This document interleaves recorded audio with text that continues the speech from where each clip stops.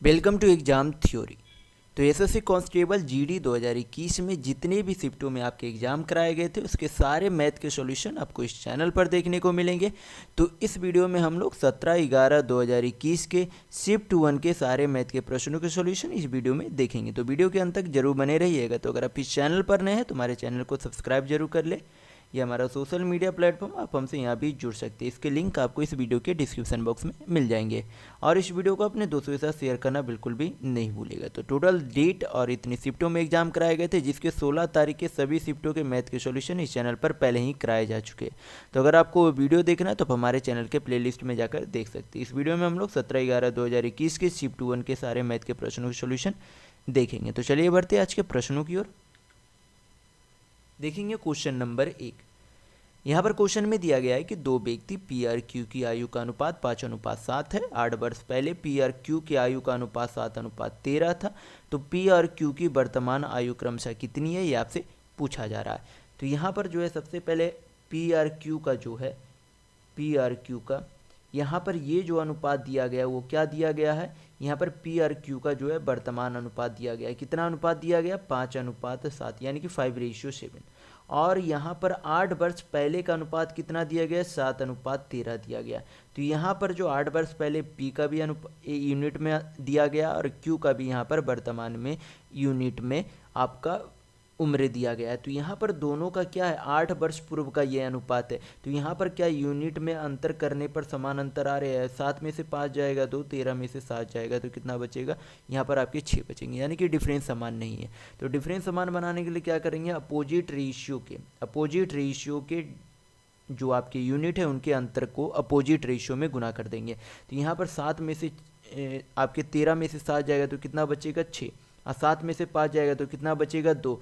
तो 2 और 6 में हमें कॉमन क्या दिख रहा है, 2। 2 से इसे काट देंगे एक बार में, ये कितने बार में, 3 बार में चला जाएगा। तो नया अनुपात आपका कितना हो जाएगा, 15:7, यानी कि वर्तमान आयु का जो अनुपात कितना है, 15:7।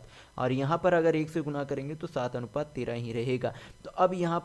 तो यहाँ पर गुना करने की ज़रूरत नहीं है। तो यहाँ पर हम लोग देख लेंगे, यहाँ पर देखने को मिलता है कि यहाँ पर जो यूनिट का अब जो अंतर वो क्या हमें देखने को मिल रहा है, समान देखने को मिल रहा है। सॉरी, यहाँ पर 7/21 होगा। कितना होगा, 7/21। तो 15 में से 7 जाएगा तो कितना बचेगा, 8 यूनिट। और 21 में से 13 जाएगा तो कितना बचेगा, 8 यूनिट। यानी कि 8 यूनिट बराबर कितना साल है, 8 साल। यानी कि 1 यूनिट का वैल्यू कितने साल के बराबर होगा, 1 साल के बराबर। तो पूछा क्या जा रहा है, पी आर क्यू की वर्तमान आयु। तो वर्तमान आयु का अनुपात कितना था, 15:21। और 1 यूनिट का वैल्यू जो है 1 साल है। तो 15 यूनिट का वैल्यू आपका 15 साल है, 21 यूनिट का वैल्यू 21 साल।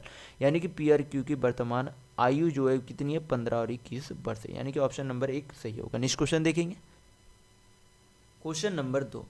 यहाँ पर क्वेश्चन में दिया गया है कि एक व्यक्ति ने 50,000 रुपये में 2 मोबाइल फ़ोन खरीदे।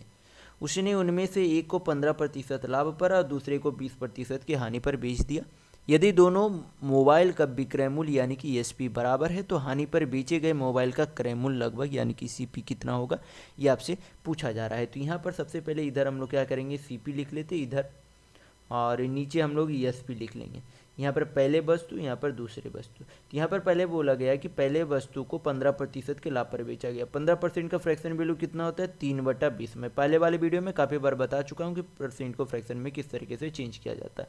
तो यहाँ पर जो है पहले वस्तु को क्या किया गया, 3/20 के लाभ पर बेचा गया। यानी कि 20 यूनिट वाले सामान को 3 यूनिट के लाभ यानी कि कितने में बेच दिया गया, 23 यूनिट में बेच दिया गया। वहीं दूसरे वस्तु को 20% की हानि यानी कि 1/5 के लॉस पर बेच दिया गया। यानी कि किसी वस्तु का दाम 5 यूनिट है तो उसे 1 यूनिट कम यानी कि 4 यूनिट में बेच दिया गया। लेकिन यहाँ पर बोला गया है कि दोनों वस्तुओं का जो है विक्रय मूल्य यानी कि एसपी क्या है, समान है। तो यहाँ पर एसपी हमें क्या समान देखने को मिल रही है, नहीं समान देखने को मिल रही है, तो हम लोग समान करेंगे। यहाँ पर क्या है, 4 है तो 4 को क्या करेंगे, अपोजिट सीपी और एसपी से गुना कर देंगे। और यहाँ पर 23 को क्या करेंगे, 4 से गुना कर देंगे, एसपी को बराबर करने के लिए सीपी और एसपी से गुना कर देंगे। तो यहाँ पर जो अब क्या हो गया, आपका एसपी यानी कि विक्रय मूल्य बराबर हो गया, क्योंकि 23 चौक आपका 92 होता है, यहाँ भी आपके 23 चौक 92 हो गए। यानी कि दोनों वस्तुओं का विक्रय मूल्य अब क्या हो गया, बराबर हो गया। तो यहाँ पर बोला गया, यहाँ पर जो है रुपये में वैल्यू किसका दिया गया, यहाँ पर बोला गया कि एक व्यक्ति ने 50,000 रुपये में 2 मोबाइल खरीदे। यानी कि एक वस्तु का जो है एक मोबाइल का विक्रय मूल्य कितना था, 20 चौक 80 था। और दूसरे मोबाइल का विक्रय मूल्य कितना था, 23/115 यूनिट, यानी कि ये 80 यूनिट है, ये आपका कितना 115 यूनिट है, यानी कि दोनों के सीपी यानी कि क्रय मूल्य का सम आपका कितना हो जाएगा, 195 यूनिट होगा, जो कि कितने रुपये के बराबर है, 50,000 रुपये के बराबर है। तो अगर एक यूनिट का वैल्यू निकालना है तो 50,000 को 195 यूनिट से भाग देंगे। और आपसे पूछा क्या जा रहा है, दोनों मोबाइलों का विक्रय मूल्य बराबर बोला जा रहा है, और पूछा क्या जा रहा है, सीपी पूछा जा रहा है किसका, यहाँ पर जो हानि पर बेचा गया, तो हानि पर कौन सा बेचा गया था, ये दूसरे वाले मोबाइल को, तो कितने यूनिट में बेचा गया था, 115 यूनिट में, यानी कि हमें 115 यूनिट का वैल्यू चाहिए। तो हल कर लेते, 5 से काटेंगे कितने बार में चला जाएगा, 5 × 15, 5 × 9 45, ये काटेंगे तो 23 बार में चला जाएगा, यानी कि 23/115 पर आपका कितना हो जाएगा, 4 शून्य बटा नीचे कितना हो जाएगा, 39 से हमें भाग देना होगा, तो 39 दूनी आपका कितने हो जाएंगे, 78। यहाँ पर हम लोग भाग करके देख लेते, 1 5 1 2 3 4, 39 दूनी यहाँ पे कितने हो जाएंगे, 78, यहाँ पर आपके 8 7 15, यहाँ पर 3 37, फिर आपके कितने हो जाएंगे, 39 नमा आपके लगभग लग जाएंगे, यानी कि 29 समथिंग आपका आएगा। तो एक ही ऑप्शन है, यहाँ तो 27 है, 25 है, 20 है, यानी कि ये तीनों ऑप्शन नहीं होगा, आपका ऑप्शन नंबर 1 बिल्कुल सही होगा। कितना होगा, 29,487 रुपये होगा। तो अगर आपको वीडियो पसंद आ रहा है तो वीडियो को लाइक जरूर कीजिएगा। नेक्स्ट क्वेश्चन में देखेंगे, क्वेश्चन नंबर 3। यहाँ पर क्वेश्चन में दिया गया है कि एक वस्तु का अंकित मूल्य यानी कि सीपी 550 रुपये है, इसे अंकित मूल्य पर 15%, X% और 20% की 3 क्रमिक छूट देने के बाद इसे 317.9 रुपये में बेचा जाता है। यदि इसे 2% की एकल छूट पर बेचा जाता तो इसका विक्रय मूल्य कितना होगा, यानी कि एसपी कितना होगा, ये आपसे पूछा जाए। तो पहले हमें क्या निकालना होगा, X% का वैल्यू निकालना होगा, तभी तो हम लोग नया एसपी निकाल पाएंगे। तो यहाँ पर सबसे पहले बोला गया कि 550 रुपये वाले वस्तु को पहले क्या किया गया, 15% का डिस्काउंट दिया गया, यानी छूट दिया गया। 15% का फ्रैक्शन वैल्यू कितना होता है, 3/20, यानी कि 20 यूनिट के सामान को 3 यूनिट कम यानी कि 17 यूनिट में बेच दिया गया। दूसरे में क्या किया गया, X% का छूट दिया गया, तो 100 - X बटा आपका कितना हो जाएगा, 100 इंटू दूसरे बार फिर तीसरा छूट कितना दिया गया, 20% का 20%, यानी कि 1/5, यानी कि 5 यूनिट के सामान को 1 यूनिट कम यानी कि 4 यूनिट में बेच दिया गया। और अंतिम में जो है सारे छूट देने के बाद कितने रुपये में बेचा गया, 317.9 रुपये में बेचा गया। पॉइंट हटा देंगे, नीचे 10 चला जाएगा, 1 शून्य से 1 शून्य आपका चला गया, यहाँ पर से 1 शून्य चला गया, 5 से आपका 55 11 बार में चला जाएगा, और यहाँ पर 2 से 4 आपके 2 बार में चले जाएंगे। 11 से काट लेते इसे कितने बार में चला जाएगा, 11 दूनी 22, 8 1 9, 11 8 88, 7 2 9, 11 9 99। 17 से काटेंगे 289, 17 बार में चला जाएगा, और 2 से 10 आपके कितने बार में, 5 बार में चले जाएंगे, यानी कि x का वैल्यू कितना आ जाएगा, यहाँ पर 100 - 17 × 85 करेंगे, यानी कि x बराबर आपके कितने आ जाएंगे, 15%, यानी कि जो दूसरा छूट दिया गया था वो कितने प्रतिशत का दिया गया था, 15% का। तो यहाँ पर बोला जा रहा है कि उससे 2 गुना छूट, यानी कि अगर x बराबर 15% है तो 2x कितना हो जाएगा, 30%, यानी कि अगर 550 रुपये अंकित मूल्य वाले वस्तु पर 30% का छूट दिया जाएगा तो विक्रय मूल्य कितना होगा, यही आपसे पूछा जा रहा है। तो 550 रुपये के वस्तु है, 30% का छूट देगा तो कितने में बेचेगा, 70% में, 100% का सामान 70%। हल कर लेते, 1 से 2 शून्य से 2 शून्य चला गया, 55 इंटू 7 करेंगे कितना आ जाएगा, 7 × 35 3, 7 × 35 3 38, यानी कि वस्तु का नया विक्रय मूल्य कितना हो गया, 385। तो यहाँ पर आपके ऑप्शन नंबर 1 सही होंगे। नेक्स्ट क्वेश्चन देखेंगे, क्वेश्चन नंबर 4। यहाँ पर क्वेश्चन में दिया गया है कि एक व्यक्ति ने 14,000 रुपये की धनराशि 5% और 19,000 रुपये की धनराशि 6% वार्षिक साधारण ब्याज पर उधार दिया, तो 3 वर्षों के बाद ब्याज के रूप में कितनी धनराशि यानी कि ब्याज जो है सिंपल इंटरेस्ट कितना प्राप्त होगा, ये आपसे पूछा जा रहा है। तो सबसे पहले बोला गया है कि अगर 1 साल का ब्याज जो है 5% है तो 3 साल का कुल ब्याज कितना होगा, तो अगर 1 साल में ब्याज 5% है तो 3 साल का ब्याज 15% होगा। तो हम लोग क्या करेंगे, 14,000 का 15% निकालेंगे, तो 14,000 का 15% कितना आएगा, 2 शून्य 2 शून्य चला गया, 140 इंटू 15 करेंगे तो कितना आ जाएगा, 14 × 5 = 70 7, 14 7 कितना हो जाएगा, 2100 रुपये।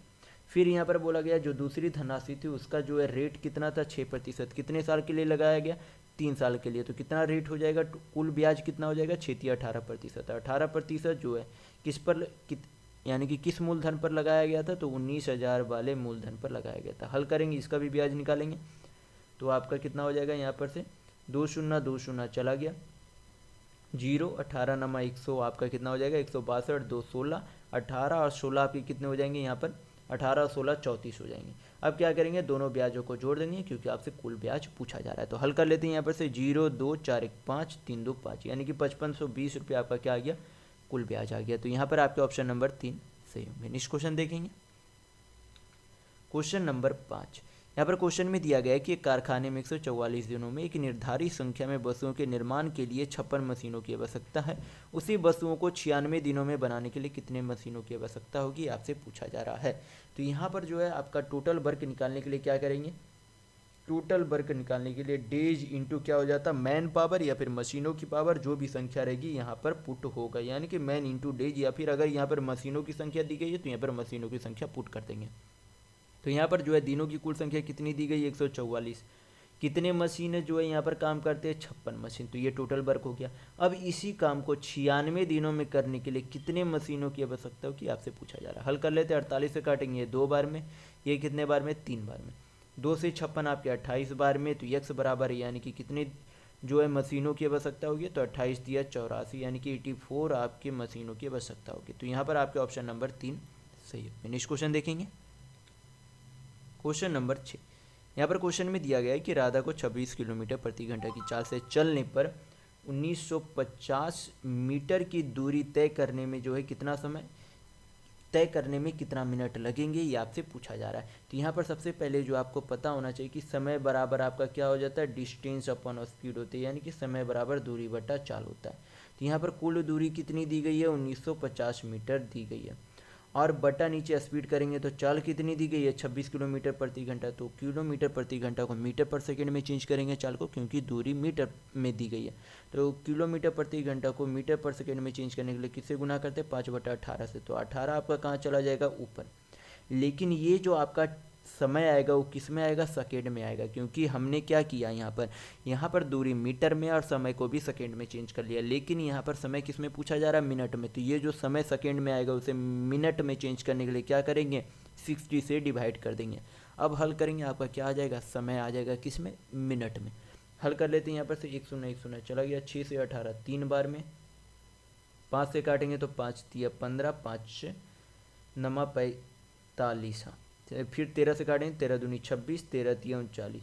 तो यहाँ पर आपके कितने हो गया, 3 तिया 9/2 मिनट, यानी कि पूर्णांक में चेंज करेंगे तो कितना हो जाएगा, 4.1/2 मिनट। तो यहाँ पर आपके ऑप्शन नंबर 1 बिल्कुल सही होंगे। नेक्स्ट क्वेश्चन देखेंगे, क्वेश्चन नंबर 7। यहाँ पर क्वेश्चन में दिया गया है कि पाइप ए और बी भरी हुई टंकी को क्रमशः 15 मिनट और 20 मिनट में खाली कर सकती है, जबकि अकेले पाइप सी जो है खाली टंकी को 8 मिनट में भर सकता है। यदि पाइप ए बी और सी को एक साथ खोला जाता है तो टंकी कितने समय में भर जाएगी, ये आपसे पूछा जा रहा है। तो हमें क्या करना होगा, यहाँ पर सभी का पहले 15, 20 और 8 मिनट का क्या करना होगा, एलसीएम लेना होगा। जैसे कि यहाँ पर बोला गया कि ए 15 मिनट में खाली कर सकती है, बी जो है 20 मिनट में खाली कर सकती है, और सी जो है 8 मिनट में भर सकती है। तो ये दोनों निकासी पाइप है, ए और बी, और सी जो है क्या है, फिल्टर यानी कि फिलर पाइप है, यानी कि भरने वाली पाइप है। तो यहाँ पर 15, 20 और 8 का एलसीएम कितना हो जाएगा, 60 नहीं, यानी कि 120 होगा। 120 को 15 से डिवाइड करेंगे 8, 20 से डिवाइड करेंगे 6, 8 से डिवाइड करेंगे तो कितना हो जाएगा, 15 होगा। तो यहाँ पर जो है अगर ए और बी अगर मिलकर 8 से 14 यूनिट प्रति घंटा काम करते, यानी कि प्रति यूनिट खाली करता है, और सी जो है प्रति घंटा नहीं, यहाँ पर मिनट चल रहा है। तो ए और बी मिलकर प्रति मिनट जो है 14 यूनिट खाली करते हैं, और सी जो है 15 यूनिट भरता है। तो अगर दोनों को एक साथ मिला दिया जाए तो कितना यूनिट प्रति मिनट भरेगा, तो 15 - 14 यानी कि 1 मिनट में कितना भरेगा, 1 यूनिट भरेगा। तो टोटल भरना कितना, 120 यूनिट भरना। टोटल भरना कितना, 120 यूनिट भरना। तो एक यूनिट अगर 1 मिनट में भरता है तो 120 यूनिट कितना देरी में भरेगा, 120 मिनट में भरेगा। लेकिन यहाँ पर समय घंटा में पूछा जा रहा है, तो 120 मिनट किसके बराबर होगा, 2 घंटे के बराबर होगा, यानी कि 2 घंटा लगेगा भरने में। तो यहाँ पर आपका ऑप्शन नंबर 2 सही होगा। नेक्स्ट क्वेश्चन देखेंगे, क्वेश्चन नंबर 8। यहाँ पर क्वेश्चन में दिया गया है कि 73,500 रुपये की धनराशि ए, बी, सी और डी में 3:7:9:11 के अनुपात में विभाजित किया जाता है, तो ए और बी के हिस्से का योग कितना होगा, ये आपसे पूछा जा रहा है। तो यहाँ पर जो है सबसे पहले जो है कुल धनराशि कितनी थी, 73,500 थी। कितनी थी, 73,500। और यहाँ पर जो है यूनिट में सम टोटल जो है कितना था रुपये का, तो 11 9 20 27 3 कितना हो जाएगा, 30 यूनिट। तो अगर 30 यूनिट से डिवाइड कर दे तो क्या आ जाएगा, 1 यूनिट का वैल्यू आ जाएगा। पूछा क्या जा रहा है, ए और डी के बीच का हिस्से का योग पूछा जा रहा है। तो ए और डी, ए जो है कितना है 3 यूनिट है, डी कितना 11 यूनिट, दोनों हिस्से का योग कितना हो जाएगा 11 3 14 यूनिट हो जाएगा। हल करेंगे यहाँ पर से क्या आ जाएगा, आपका आंसर आ जाएगा। तो 0 0 आपका चला गया, 7 3 10 5 15 यानी कि 3 से कट रहा है तो काट लेंगे, 3 दूनी 6, 3 चौक 12, 3 पचे 15, 0। हल करेंगे यहाँ पर 14 से गुना करेंगे तो 0, 14 पचे 70 7, 14 चौक 56 7 आपके कितने हो जाएंगे 63 3 6, 14 दूनी 28 और 6 कितना हो जाएगा 34, यानी कि 34,300 आपका क्या आ गया, ए और डी का सही योग आ गया। तो यहाँ पर आपका ऑप्शन नंबर 1 बिल्कुल सही होगा। नेक्स्ट क्वेश्चन देखेंगे, क्वेश्चन नंबर 9। ये आपका यहाँ पर क्या दिया गया है, अलजेब्रा के क्वेश्चन है। यहाँ पर 10 पर पावर k दिया गया और आपसे पूछा जा रहा है कि इस k का वैल्यू जो है कितना होगा। तो यहाँ पर किस तरीके से हल करेंगे, यहाँ पर ए क्यू प्लस बी क्यू है, नीचे आपका क्या दिया गया, नीचे जब इस तरीके से संख्या दिए गए तो यहाँ पर अगर पॉइंट हटा दें नीचे कितना चला जाएगा 10, यहाँ पर से अगर पॉइंट हटा दें नीचे कितना चला जाएगा 10, यहाँ पर से आपके कितने हो जाएंगे 100, यहाँ पर से इसी तरीके से हटाएंगे तो 10, यहाँ पर से हटाएंगे तो कितना हो जाएगा 10, यानी कि ऊपर आपका कितना है 251 पे पावर क्यू प्लस 249 पे पावर आपके कितने क्यू बटा नीचे कितना हो जाएगा 251 बटा 10 के क्या हो जाएंगे आपके स्क्वायर हो जाएंगे माइनस 624 बटा आपके कितने हो जाएंगे 100 हो जाएंगे प्लस आपके कितने हो जाएंगे 249 बटा 10 का स्क्वायर हो जाएगा। तो यहाँ पर हमें क्या देखने को मिल रही है कि सभी के नीचे क्या है, असल में अगर इसे स्क्वायर हटाते तो नीचे क्या बचेगा 100, यानी कि सभी के नीचे क्या है 10 पे पावर 2 है। ये भी अगर हटा देंगे तो इसे भी लिख सकते हैं 10 पे पावर 2, यानी कि 10 पे पावर 2 कहाँ चला जाएगा, ऊपर की ओर चला जाएगा। और ये आपका क्या बनाएगा A square plus B square minus A B बना रहा है, क्योंकि आपको पता होना चाहिए कि A cube plus B cube बराबर आपका क्या हो जाता है A plus B into A square minus A B plus B square होता है। ये फार्मूला आप अलजेब्रा का ध्यान में रखिएगा। तो यहाँ पर ऊपर क्या है ए क्यू प्लस बी क्यू है, तो ऊपर क्या लिख सकते हैं, इसे मान लेते कुछ समय के लिए ए, इसे क्या मान लेते बी, तो ऊपर आपका क्या है ए क्यू प्लस बी क्यू और पूरा आपका नीचे जो है क्या बचता है 10 का स्क्वायर ऊपर आ जाएगा। नीचे आपका क्या बचता है ये 251 पर स्क्वायर है, नीचे क्या बच गया आपका ए स्क्वायर, क्या हो गया A square minus A B plus आपका क्या हो गया बी स्क्वायर हो गया। तो A cube plus B cube का फार्मूला मैंने क्या बताया था, A plus B A square minus A B plus B square होता है। तो इसमें से A square minus A B plus B square क्या हो जाएगा, कट जाएगा, तो ऊपर बचेगा क्या ए प्लस बी इंटू क्या बचेगा 10 पे पावर 2। तो ए हम लोगों ने किसे माना था 251 को, बी किसे माना था 249 को, दोनों को जोड़ेंगे तो कितना हो जाएगा ए प्लस बी 500 इंटू कितना हो जाएगा 10 पे पावर 2, जो कि किसके बराबर है 5 इंटू 10 पे पावर के बराबर है। तो यहाँ पर अब हल करेंगे 5 इंटू 10 पे पावर 2 है, यहाँ पे 10 पे पावर 2 दिख रहा है, यानी कि दोनों जुट जाएगा तो कितना हो जाएगा 10 पे पावर 4, 5 इंटू कितने हो जाएंगे 10 पे पावर के, यानी कि के का वैल्यू यहाँ पर कितने हो जाएंगे 4, तो के का वैल्यू आपका कितना आ गया 4। तो यहाँ पर आपके ऑप्शन नंबर 2 बिल्कुल सही होंगे। नेक्स्ट क्वेश्चन देखेंगे, क्वेश्चन नंबर 10। यहाँ पर क्वेश्चन में दिया गया है कि रघु ने 100 रुपये में 12 की दर से कुछ पेन खरीदे और 135 रुपये में 15 की दर से समान संख्या में पेन खरीदे, तो 260 रुपये में कितने पेन बेचने पर उसे 20% का लाभ होगा, ये आपसे पूछा जा रहा है। तो यहाँ पर जो है किस तरीके से यहाँ पर हम लोग करेंगे, यहाँ पर जो है बोला गया है कि 100 रुपये में 12 पेन खरीदा गया और 135 रुपये में जो है 15 पेन खरीद सकता है। तो यहाँ पर एक पेन का मूल्य निकालने के लिए 15 से 135 को काटें कितना बार में चला जाएगा 9 बार में, यानी कि एक पेन जो है यहाँ पर 9 रुपये में खरीद रहा है। और यहाँ पर जो है आपका 4 से काटेंगे तो ये 3 बार में, ये कितने बार में 25 बार में। तो यहाँ पर 3 पेन 25 रुपये में खरीद रहा है, यहाँ पर एक पेन 9 रुपये में खरीद रहा है। तो यहाँ पर जो है आपका यहाँ पर क्या बोला गया कि दोनों जो है समान संख्या में पेन खरीदते, तो यहाँ पे 3 पेन खरीदे हुए, तो यहाँ भी आपको 3 पेन खरीदना होगा। तो 3 पेन जो है कितने रुपये में खरीद लेंगे, तो 3 पेन आपके कुल 27 रुपये में खरीदेंगे। तो कुल जो है कितना पेन खरीद लिया, 3 3 6 पेन खरीद लिया, कुल कितने रुपये में 25 और 27 यानी कि 52 रुपये में कितने पेन खरीद लिया, 6 पेन खरीद लिया। फिर यहाँ पर बोला गया कि 260 रुपये में जो है उसे बेचने पर, यानी कि कुछ पेन को 260 रुपये में बेचने पर 20% का लाभ होता है। तो अगर 20% का लाभ ना हुआ होता, यानी कि जितने पेन बेचे उसका जो है सीपी कितना होगा वो हम लोग पहले निकाल लेते। तो 20% का फ्रैक्शन वैल्यू कितना होगा 1/5, यानी कि 5 यूनिट वाले सामान को कितने में बेचा था, 6 यूनिट में बेचा था। तो ये क्या आ गया, उन पेनों को विक्रय मूल्य आ गया जो उन पेनों को बेचा गया था। तो यहाँ पर सीपी हो गया, बटा क्या करेंगे, एक पेन के सीपी से डिवाइड कर देंगे, तो नंबर ऑफ पेन की यानी कि पेन की संख्या क्या आपकी यहाँ पर से हल करने पर आ जाएगी। तो हल कर लेते, 6 से 6 आपका चला गया, 52 से 260 कितने बार में चला जाएगा, 5 बार में, 5 25 आपका कितना हो जाएगा, 25 यानी कि 25। तो यहाँ पर आपके ऑप्शन नंबर 1 बिल्कुल सही होंगे। नेक्स्ट क्वेश्चन देखेंगे, क्वेश्चन नंबर 11। यहाँ पर क्वेश्चन में दिया गया है कि एक ठोस बेलन की ऊंचाई और त्रिज्या के बीच का अंतर 23 सेंटीमीटर है। बेलन का संपूर्ण पृष्ठीय क्षेत्रफल 1628 सेंटीमीटर स्क्वायर है। तो बेलन की क्रमशः ऊंचाई और त्रिज्या ज्ञात कीजिए कि कितना है। तो सबसे पहले क्या बोला गया, हाइट और रेडियस का अंतर कितना है, 23।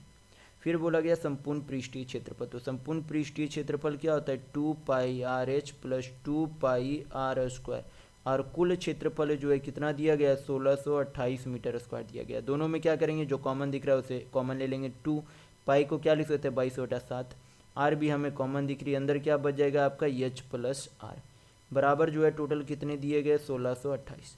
हल कर लेते, 11 से काटेंगे 2 बार में, 11 से 1 कितने बच गए, 5 11 चौक 44, 11 8 88, 2 दूनी 4, 4 तिया 12, 4 सत्ते 28।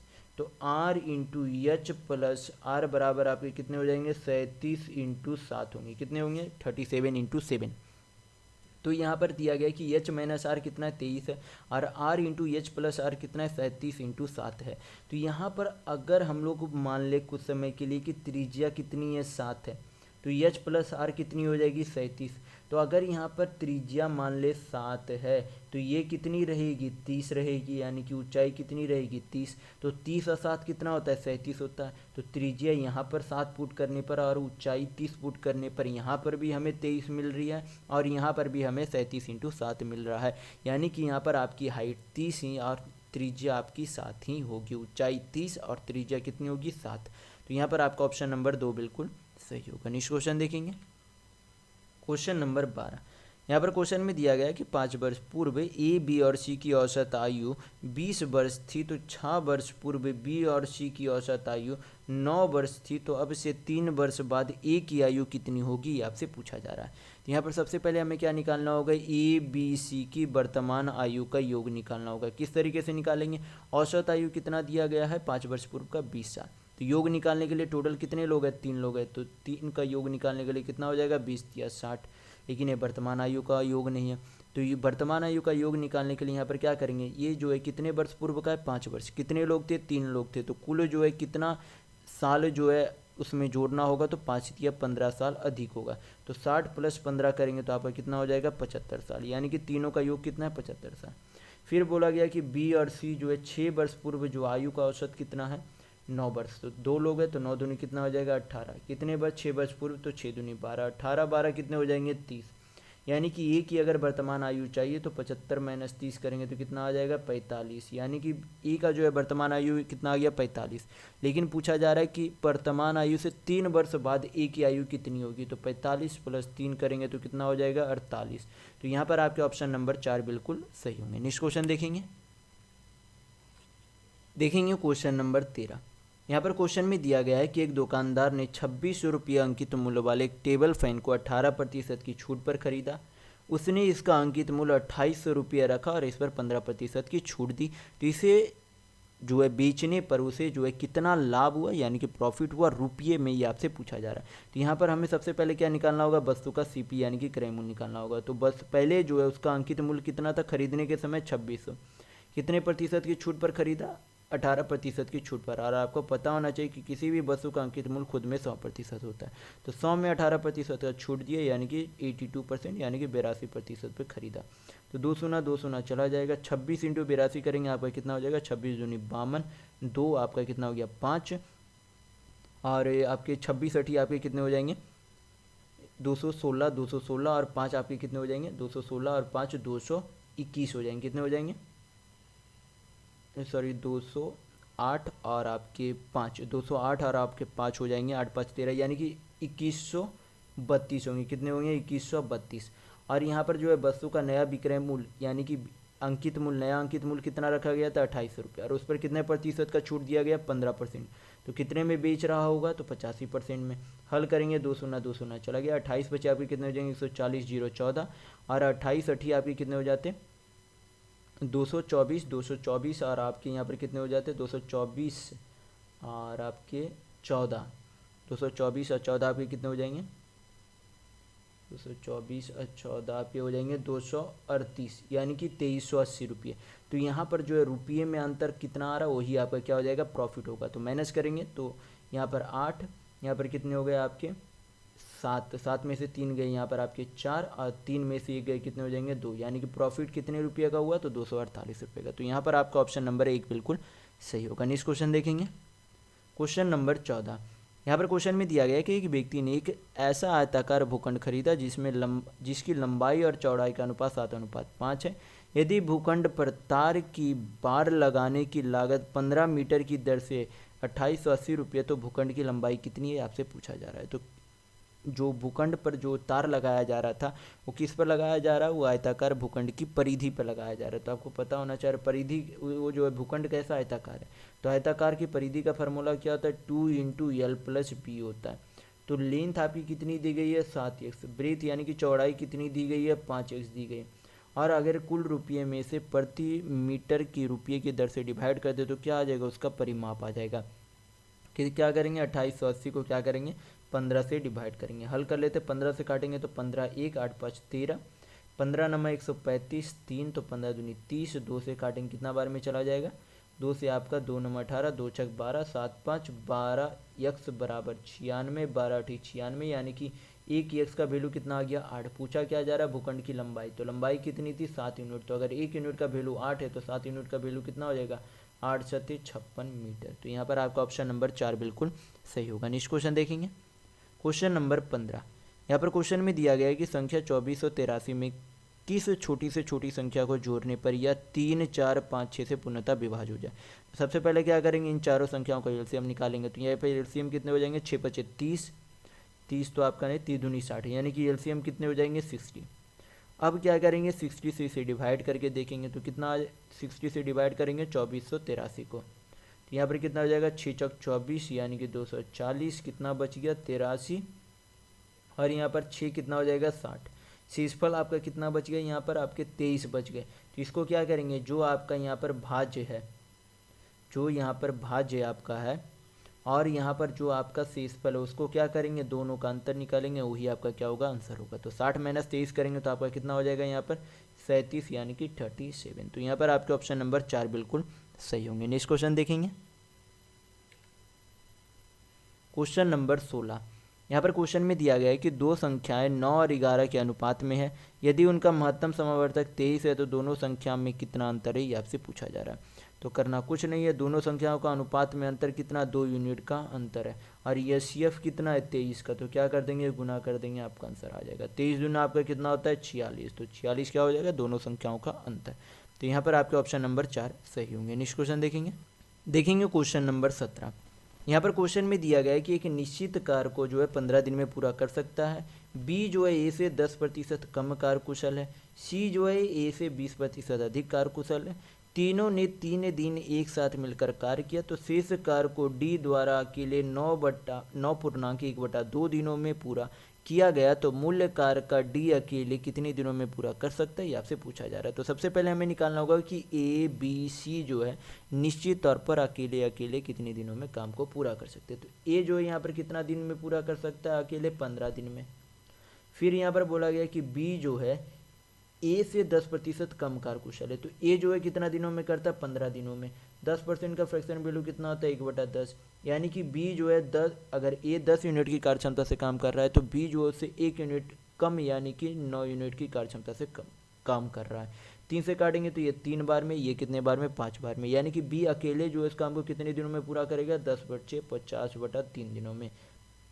फिर जो है सी जो है ए से 20% अधिक कार्यकुशल है, तो ए जो है कितने दिनों में कर रहा है 15 दिनों में, और 20% का फ्रैक्शन वैल्यू कितना होगा 1/5, यानी कि ए जो अगर 5 यूनिट में काम कर रहा है, 5 यूनिट की कार्य क्षमता से काम कर रहा है, तो सी जो है उसे 1 यूनिट अधिक यानी कि 6 यूनिट की कार्य क्षमता से काम करेगा। 3 से काटेंगे, ये 2 बार में, कितने बार में, 5 बार में, यानी कि सी अकेले जो है 25/2 दिनों में पूरा कर लेगा। तो यहाँ पर क्या करेंगे, 15, 50 और 25 का क्या करेंगे, एलसीएम लेंगे। तो एलसीएम कितना हो जाएगा, 150। 150 को 15 से डिवाइड करेंगे, कितना आएगा, 10। 50/3 से डिवाइड करेंगे तो आपका 3 या 9, और 150 को 25/2 से डिवाइड करेंगे, कितना आ जाएगा, 25 6 150, यानी कि 6 दूनी 12। तो ए की कार्य क्षमता 10 यूनिट, बी की कार्य क्षमता 9 यूनिट और सी की कार्य क्षमता यहाँ पर कितनी आ गई, 12 यूनिट आ गई। तो यहाँ पर बोला गया है कि तीनों मिलकर जो है कितने दिनों तक कार्य किए, तो तीनों मिलकर जो है 3 दिनों तक कार्य किए। तो तीनों मिलकर जो है कितना यूनिट एक दिन में काम करेगा, तो 12 9 21, 21 और 10 आपके कितने हो गए, 31। कितनी दिनों तक काम किया, 31 ये 93, यानी कि 3 दिनों तक काम किया तो 93 यूनिट काम किया। टोटल करना कितना काम था, 150। किया गया काम कितना है, 93। तो बचा हुआ काम कितना है, 150 माइनस 93 करेंगे, यानी कि 57 यूनिट काम अभी भी बचा हुआ है। और ये 57 यूनिट काम जो है कितने दिनों में पूरा करता है, 9.1/2 दिनों में।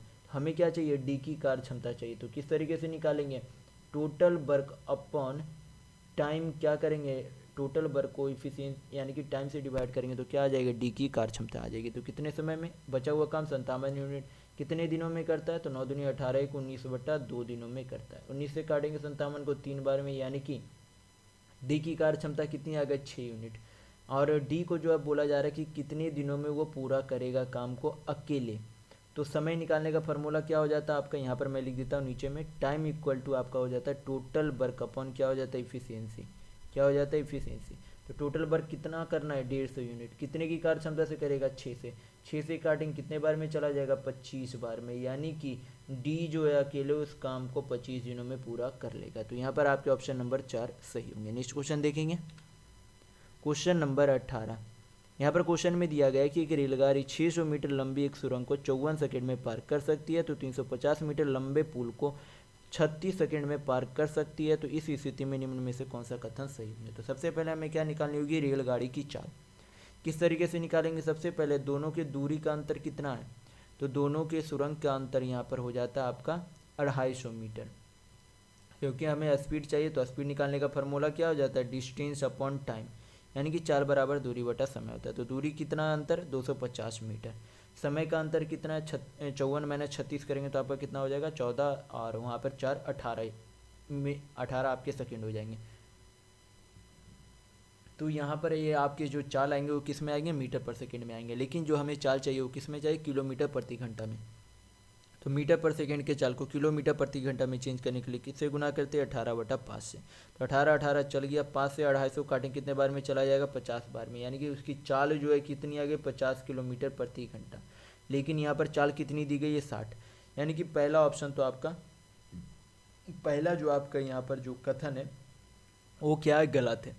अब दूसरा कथन यहाँ पर चेक करते हैं। यहाँ पर बोला गया है कि रेलगाड़ी की लंबाई कितनी है, 150 मीटर है। कितनी है, 150 मीटर है।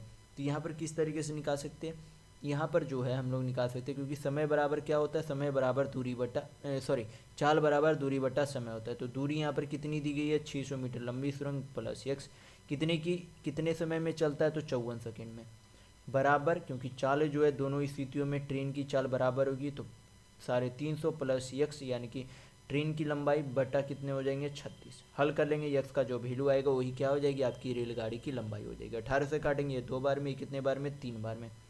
यहाँ पर कितने हो जाएंगे, 6 दूनी 1200, और यहाँ पर x 3x minus 2x, x बराबर 35 दिया, यानी कि 1200 माइनस 35 दिया 105, यानी कि 1050। तो 1200 में से 1050 माइनस करेंगे तो कितना आ जाएगा, 150 मीटर, यानी कि ट्रेन की लंबाई कितनी आ गई, 150 मीटर। तो यहाँ पर आपके दूसरे कथन बिल्कुल सही है। तो यहाँ पर आपका ऑप्शन नंबर 4 सही होगा कि केवल कथन दूसरा सही है। नेक्स्ट क्वेश्चन देखेंगे, क्वेश्चन नंबर 19। यहाँ पर क्वेश्चन में दिया गया है कि एक निश्चित राशि 6 वर्षों में 100 का दुगुना हो जाती है, तो वही राशि उसी ब्याज दर पर कितने समय में 100 का 5 गुना हो जाएगी, ये आपसे पूछा जा रहा है। तो 6 वर्षों में जो है कितना हो गई, 2 गुना हो गई। कितनी हो गई, 2 गुना। तो कोई भी राशि जो है पहले p थी, अब कितनी हो गई, 2p हो गई, यानी कि इस पर ब्याज कितना लगा, ब्याज जो लगा वो क्या करेंगे, अमाउंट माइनस प्रिंसिपल यानी कि मिश्र धन माइनस मूल धन करेंगे तो आपका क्या आ जाएगा, सिंपल इंटरेस्ट। तो सिंपल इंटरेस्ट 6 वर्षों में कितना लगा, 1p लगा। कितना लगा, 1p लगा। हमें कितना चाहिए, 5 गुना चाहिए। तो 5 गुना में से 1p तो आपका उसमें मूलधन ही रहेगा, यानी कि ब्याज उसमें कितना जुटेगा, 4p जुटेगा। यानी कि हमें 4p बनाने के लिए समय में क्या करना होगा, 4 से गुना करना होगा। तो 4p बनाने के लिए यानी कि उस धनराशि का 5 गुना करने के लिए और उसमें 4p यानी कि 4 गुना जो है उसमें ब्याज जोड़ने के लिए कितना समय लगेगा, 6 चौक 24 साल का समय लगेगा। तो यहाँ पर आपका ऑप्शन नंबर 4 बिल्कुल सही होगा। नेक्स्ट क्वेश्चन देखेंगे, क्वेश्चन नंबर 20। यहाँ पर क्वेश्चन में दिया गया है कि यदि ब्याज को अर्धवार्षिक आधार पर चक्रवृद्धि किया जाता है तो 16% वार्षिक ब्याज दर पर 5,000 रुपये की धनराशि को 5,832 रुपये बनाने में लगने वाले वर्षों की संख्या कितनी है, ये आपसे पूछा जा रहा है। तो यहाँ पर जो है सबसे पहले बोला गया कि जो ब्याज लग रहा है वो कैसा, अर्धवार्षिक है। तो अगर एक साल का ब्याज 16% है तो आधे साल का ब्याज कितना हो जाएगा, 8%। अगर 8% यहाँ पर जो 8% है तो 8% का फ्रैक्शन वैल्यू कितना हो जाता है आपका, 2/25। यानी कि 25 यूनिट वाले कोई धनराशि पर 2 यूनिट का क्या लग रहा है, प्रत्येक साल ब्याज लग रहा है। यानी कि प्रिंसिपल नीचे आपका रहेगा, 2 यूनिट का ब्याज जुट के अमाउंट कितना हो जाएगा, 27 यूनिट। और जो यहाँ पर भी क्या करेंगे, उसी के इक्वल में अमाउंट लिखेंगे कितना, 5832 बट्टा नीचे मूलधन कितना है, 5,000। तो यहाँ पर पावर क्या कर देंगे, टी बराबर आपके यहाँ पर क्या हो जाएंगे, यहाँ पर बराबर हो जाएंगे। तो 27 पे पावर क्या पुट करे और 25 पे पावर क्या पुट करे कि 5832 बटा 5,000 हो जाए। तो वो बनाने के लिए यहाँ पर क्या करेंगे, पहले ये आपका क्या हो रहा है, 8 से कट रहा है तो 8 से काट लेते। 8 से 56, 2 8 दूनी 16, 8 नमा 72। 8 से काटेंगे तो 8 6 48, 8 दूनी 16, 8 5 25। यहाँ पर हमें क्या देखने को मिल रहा है, ये 27/25 का असल में क्या देखने को मिल रहा है, स्क्वायर देखने को मिल रहा है। यानी कि टी बराबर क्या आ गया, 2 टर्म आ गया। टी बराबर क्या आ गया, 2 टर्म। तो एक टर्म कितने समय का था, 6 महीने का था। तो 2 टर्म 2 बार 6 महीने का, यानी कि 2 बार 6 मंथ है, यानी कि क्या है, 2 बार 6 मंथ है। तो टोटल कितने समय हो जाएंगे, 1 ईयर यानी कि 1 साल होंगे। तो यहाँ पर आपके ऑप्शन नंबर 4 बिल्कुल सही होंगे। नेक्स्ट क्वेश्चन देखेंगे, क्वेश्चन नंबर 21। ये आपका क्या है, सिंपल सा सिंप्लीफिकेशन का क्वेश्चन है, तो हल कर लेते हैं। यहाँ पर सबसे पहले स्मॉल ब्रैकेट का हल करेंगे तो एलसीएम कितना हो जाएगा, 8। 7 - 10 करेंगे तो कितना हो जाएगा, -3/8 इंटू आपका कितना है, 1/5। तो कितना हो जाएगा यहाँ पर माइनस, और माइनस माइनस यहाँ पर कितने हो जाएंगे, प्लस। यानी कि प्लस आपके कितने हो जाएंगे, 3 बटा कितने हो जाएंगे, 40।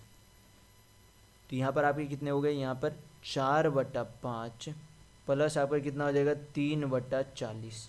कितना हो गया आपका, माइनस माइनस प्लस, हाँ बिल्कुल सही है, 3/40। एलसीएम आपका यहाँ पर कितना हो जाएगा, 40। तो 25 8 40, 8 चौक 32 और 3 आपके कितने हो जाएंगे, 35। तो 35/40 आपके कितने हो जाएंगे, 7/8। कितने हो जाएंगे, 7/8। 7/8 को 1/5 से गुना करेंगे क्योंकि बाहर में 1/5 है। तो इतना पूरा हल करने पर आपका कितना आ गया, 7/40। अब क्या करेंगे, बाकी जो बचा उसे लिखेंगे। 33 बटा ऊपर कितना है, 33/40 प्लस 7/40 माइनस आपका कितना है, 4/5। यहाँ पर कितना हो जाएगा, ये दोनों का एलसीएम 40। 33 और 7 कितने हो जाएंगे, 40। 40/40 कितने हो जाएंगे, 1। 1 माइनस 4/5 आपके कितने हो जाएंगे, 1/5। यानी कि हल करने पर आपका उत्तर कितना आएगा, 1/5। तो यहाँ पर आपके ऑप्शन नंबर 2 बिल्कुल सही होंगे। नेक्स्ट क्वेश्चन देखेंगे, क्वेश्चन नंबर 22। यहाँ पर क्वेश्चन में दिया गया है कि कक्षा 8 के 20 छात्रों का औसत ऊंचाई 152 सेंटीमीटर है और कक्षा 9 के 15 छात्रों का औसत ऊंचाई 168 सेंटीमीटर है। तो दोनों कक्षाओं के छात्रों का औसत ऊंचाई जो है कितनी है, ये आपसे पूछा जा रहा है। तो यहाँ पर जो है सबसे पहले जो है 152 सेंटीमीटर औसत ऊंचाई है, कितने छात्रों का, 20 छात्रों का। और फिर दूसरे जो 168 सेंटीमीटर औसत ऊंचाई है, कितने छात्रों का, 15 छात्रों का। क्या करेंगे, यहाँ पर इसका अनुपात निकालेंगे। 5 से काटेंगे, ये 4 बार में, ये कितने बार में, 3 बार में। यानी कि पहले वाले में 4 छात्र है, दूसरे बारे में 3 छात्र। यहाँ पर टोटल कितने हो जाएंगे, कुल योग निकाल लेंगे तो 4 दूनी 8, 15 चौक 60। यहाँ पर कितने हो जाएंगे, 8 तिया 24, 16 तिया 48, 2 16 तिया 48, 2 50। दोनों का योग कितना हो जाएगा यहाँ पर से आपके, 8 4 12, 16 5 11। टोटल कितने छात्रों में से, 4 3 7 छात्रों में तो औसत ऊंचाई चाहिए तो कुल छात्रों से डिवाइड करेंगे। तो 7 से डिवाइड करेंगे तो यहाँ पर कितना आ जाएगा, 7 1 4, 7 पच्चे 35 और यहाँ पर कितने हो गए 6, तो 7 नंबर 63, क्योंकि यहाँ पर आपका निकटतम यानी कि लगभग में पूछ रहा है तो कितना हो जाएगा 159 सेंटीमीटर आपका औसतन होगा। तो यहाँ पर आपके ऑप्शन नंबर 2 बिल्कुल सही होंगे। नेक्स्ट क्वेश्चन देखेंगे, क्वेश्चन नंबर 23। यहाँ पर क्वेश्चन में दिया गया है कि 1800 रुपये में एक वस्तु को बेचकर मिला लाभ है उस लाभ की तुलना में 3 गुना है जो 1350 रुपये में बेचकर प्राप्त हुआ। तो वस्तु का क्रय मूल्य कितना है यहाँ पर आपसे पूछा जा रहा है। तो दोनों स्थितियों में क्या है, लाभ है, तो अगर लाभ यहाँ पर यक्स मान लेते हैं और यहाँ पर जो है 3 गुना लाभ है, यानी कि यहाँ पर लाभ कितनी हो जाएगी 3x। तो दोनों जगह लाभ जब रहेगी तो क्या हो जाएंगे, आपस में माइनस हो जाएंगे। अगर एक जगह लाभ एक जगह जो है एक जगह लाभ और एक जगह हानि रहे तो क्या हो जाते, अंतर हो जाते, क्या हो जाते जुट जाते हैं। जब एक जगह लाभ, इस तरीके के प्रश्न में जब एक जगह लाभ और दूसरी जगह हानि रहे तो दोनों क्या हो जाते हैं, आपस में जुट जाते हैं। लेकिन जब दोनों जगह हानि या फिर दोनों जगह लाभ हो तो क्या होंगे, आपस में माइनस हो जाएंगे। तो 3x माइनस x बराबर कितने हो जाएंगे 2x। 2x असल में कितने के बराबर होंगे, इन दोनों के रुपये के अंतर के बराबर होंगे। तो रुपये का अंतर यहाँ पर कितना हो जाएगा, 1800 माइनस 1350 करेंगे तो आपका कितना हो जाएगा 450 होगा। 2 से काटने कितने बार में चला जाएगा, यहाँ पर 225 बार में, यानी कि एक एक्स का वैल्यू कितना आ गया 225। पूछा क्या जा रहा है, वस्तु का क्रय मूल्य पूछा जा रहा है। तो यहाँ पर क्या बोला गया है कि 1800 रुपये में बेच और यहाँ पर 1350 रुपये में बेचने पर 1800 में बेचने पर मिला लाभ उससे लाभ के 3 गुना, यानी कि अगर हमें जो है वस्तु का क्या चाहिए, क्रय मूल्य चाहिए। क्रय मूल्य चाहिए तो यहाँ पर जो है लाभ कितने का हो रहा था 1x का हो रहा था, यानी कि 1350, एक एक्स का वैल्यू कितना है 225। तो इसमें अगर 225 माइनस कर दे तो क्या आ जाएगा, वस्तु का CP यानी कि क्रय मूल्य आ जाएगा। कितना हो जाएगा क्रय मूल्य यहाँ पर आपके 5211, यानी कि 1125 रुपये आपके क्या हो गया वस्तु का क्रय मूल्य। तो यहाँ पर आपका ऑप्शन नंबर 2 बिल्कुल सही होगा। नेक्स्ट क्वेश्चन देखेंगे, क्वेश्चन नंबर 24।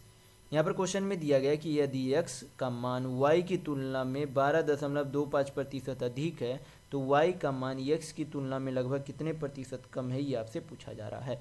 तो 12.25%, पॉइंट हटा देंगे नीचे कितना चला जाएगा 100, यहाँ पर से परसेंटेज हट जाएंगे नीचे कितना चला जाएगा 100, 25 से काटेंगे तो 25 चौक 100, 25 नवा 225, यहाँ पे 25 चौक 100, यानी कि कितने अधिक में बेचा गया तो 49/400 अधिक में बेचा गया, यानी कि 400 अधिक है, सॉरी बेचा नहीं गया। यहाँ पर बोला गया कि x जो है y की तुलना में 49 यूनिट क्या अधिक है, तो y अगर 400 यूनिट है तो x जो उससे 49 यूनिट अधिक, यानी कि कितना है 449 यूनिट है। तो यहाँ पर पूछा जा रहा है कि y का मान x की तुलना में कितना प्रतिशत कम है, तो कितना कम है 49 यूनिट कम है। किससे तुलना करना है, x से, यानी कि 449 से। प्रतिशत में वैल्यू चाहिए, क्या करेंगे 100 से गुना करेंगे, हल करेंगे आपका आंसर आ जाएगा, यानी कि 449 से डिवाइड करेंगे किसको 4900 को। तो यहाँ पर 10 बार में आपके कितने आ जाएंगे 4490, तो शेषफल आपका कितना आ जाएगा यहाँ पर से 0 1, यहाँ पर 8 में से 4 गया 4, यानी कि 10.9% समथिंग आपका आएगा, यानी कि आपका ऑप्शन नंबर 2 बिल्कुल सही होगा। नेक्स्ट क्वेश्चन देखेंगे, क्वेश्चन नंबर 25। यहाँ पर क्वेश्चन में दिया गया है कि x का 25%, x प्लस 60 के 30% से 40 कम है तो x माइनस 40 का 35% 120 से कितने प्रतिशत अधिक है, ये आपसे पूछा जा रहा है। तो यहाँ पर सबसे पहले 25% कितना हो जाता है 1/4, क्योंकि मैं परसेंट को फ्रैक्शन में चेंज करने के लिए काफ़ी बार आपको पहले वाले वीडियो में बता चुका, तो ध्यान रखिएगा। तो यहाँ पर आपके कितने हो जाएंगे x/4, x प्लस 60 का 30%, 30% कितना हो जाएगा 3/10 से 40 क्या है कम है, यानी कि 40 कौन कम है, ये कम है। तो बराबर करने के लिए क्या करेंगे, इसमें 40 प्लस कर देंगे, हल करेंगे, यहाँ पर से आपका क्या आ जाएगा x का वैल्यू आ जाएगा। तो हल कर लेते x/4, यहाँ पर आपके कितने हो जाएंगे माइनस 3x/10 बराबर आपके कितने हो जाएंगे, यहाँ पर से 0 6 18, 18 माइनस कितने हो जाएंगे 40, हल कर लेते एलसीएम कितना हो जाएगा 20, तो 4 5 20 और यहाँ पर आपके कितने हो जाएंगे 10 दूनी, यानी कि 3 दूनी 6, तो यहाँ पर कितना हो जाएगा -x बराबर माइनस आपके कितने हो जाएंगे 22, माइनस से माइनस चला गया और यहाँ पर आपके कितने हो जाएंगे x का वैल्यू यहाँ पर आपके कितने हो जाते हैं 22 दूनी 44, यानी कि 440। तो यहाँ पर x का वैल्यू 440, तो x का 440 माइनस 40 करेंगे तो कितना हो जाएगा 400, 35% कितना होता है 7/20, 20 से 400 काटेंगे कितना बार में चला जाएगा 20 बार में, यानी कि कितना हो जाएगा 20 × 140।